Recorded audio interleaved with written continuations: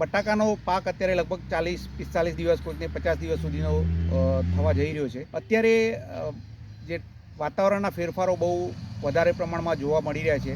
રાતનું વાતાવરણ જે છે ઠંડુ હોય છે, પણ બપોરે તમે જુઓ સવારે તો સવારથી જાણે બપોરે ટેમ્પરેચર હાઈ હોય એ ટાઈપનો માહોલ અત્યારે આખું વાતાવરણમાં છે. બટાકાના પાકની અંદર અત્યારે જોઈએ તો ઈયળોનો ઉપદ્રવ પણ ચાલુ થયો છે. તો જ્યાં ઈયળોનો વધારે પ્રશ્ન હોય તો ઈયળો માટે ડૉક્ટર બ્રહ્મોસનો તમે સ્પ્રે લેવડાવી શકો. અત્યારે અમે અલગ અલગ ખેતરોની મુલાકાત કરી તો અત્યારે નેમેટોડના પ્રશ્નો પણ બટાકાના પાકની અંદર જોવા મળી રહ્યા છે.